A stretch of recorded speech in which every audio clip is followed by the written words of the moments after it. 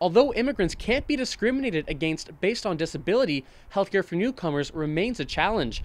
Along with staff and funding cuts to the immigration system, the federal government has also cut healthcare benefits to refugees. While many others like Jonathan have accepted their nominations and stepped up to the challenge, others have a new trend, trading in chugging for charity.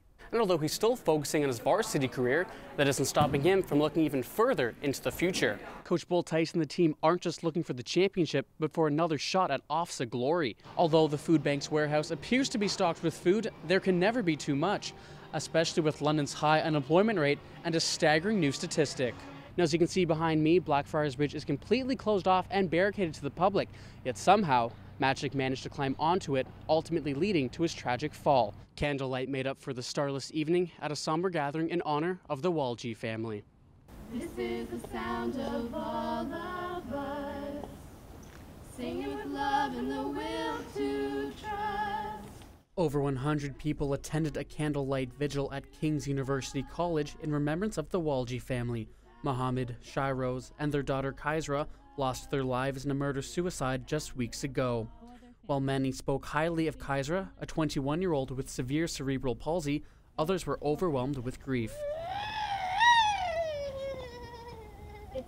Past teachers such as Nicole Fordyce were privileged enough to see Kaisra graduate high school this past June and will never forget her infectious laughter. That was just so Kaisra. She always had a smile on her face, and she would howl, and with no apologies. You know, people would look and she'd just howl louder, and she was just such a happy person. It was contagious, so it was almost healing to be around her. Despite being unable to communicate by speaking, that didn't stop Kaisra from being a comedian. Her sense of humor, she had the funniest sense of humor. She was feisty, and yeah, she could say so many words with her eyes. Although Kaisra was taken from the world too soon and in a horrific manner, Nicole believes Kaisra's legacy will shine as a beacon of hope for those living with a disability. She was just a living example of someone with a disability who never let that limit her opportunities in life, basically, as far as her enjoyment and seeking challenges and always being up for anything.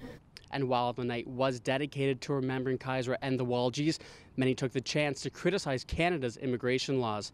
After living 15 years in Canada, the Waljis faced deportation back to Tanzania, a fate that what many believe is what pushed the family over the edge. Reporting from King's University College, I'm Ian Clarke. Western's wrestling team has a long history of success, but one wrestler who truly stands out is Stephen Takahashi of London. The fourth-year student is not only a star on the mat, but also in the classroom. On top of his constant victories, Stephen was recently selected as a top 8 academic All-Canadian. All this for someone who didn't imagine himself as a wrestler. I didn't get into wrestling until later on, and in grade 9 I really focused on it, and since then it's been my #1 sport. However, Stephen's accomplishments in wrestling shouldn't come as a surprise. His father, Ray, isn't just a decorated wrestler and a 3-time Olympian, he's also his coach. I was lucky to have a good athletic career. Wrestled many years on the national team, had some great experiences. Coaching is the same, just a little different application. And for someone who never really saw himself getting into wrestling, Stephen is pinning the competition, including winning the CIS and OUA championships in his first 3 appearances. And although he's still focusing on his varsity career, that isn't stopping him from looking even further into the future. I have always aspired to be an Olympian and try to one-up my father and get an Olympic medal. He was 4th at the LA Games, so that's always been my goal. While the Summer Olympics may be over 2 years away, Stephen doesn't plan on slowing down. Not until he stands upon the podium in Rio with a medal around his neck. For Fanshawe Learns, I'm Ian Clarke.